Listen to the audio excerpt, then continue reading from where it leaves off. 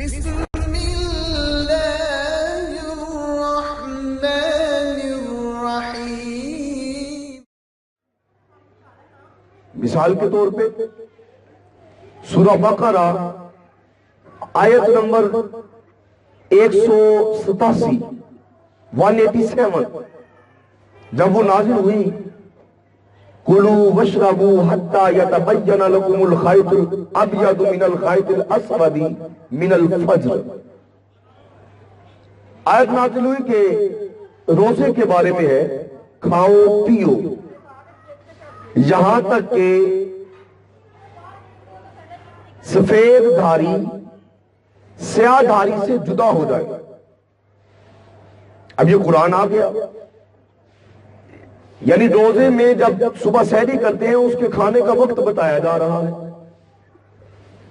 کھاتے رہو پیتے رہو یہاں تک کہ سفید دھاری سفید دھاگا سیاہ دھاگے سے جدا ہو جائے۔ صحابی حضور کے حضرت عدی بن حاتم رضی اللہ تعالیٰ عنہ،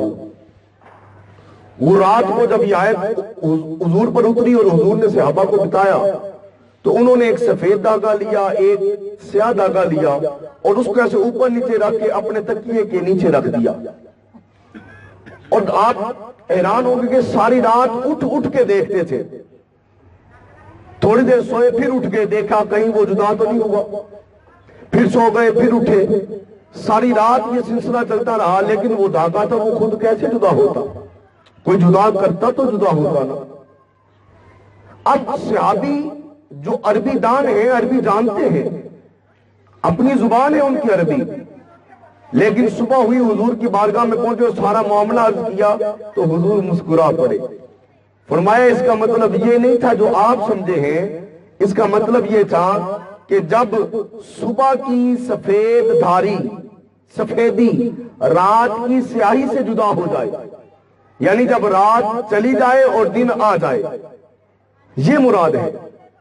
تو قرآن مجید کی جو وضاحت ہے، تفسیر ہے، یہ آج خود نہیں سمجھی جا سکتی۔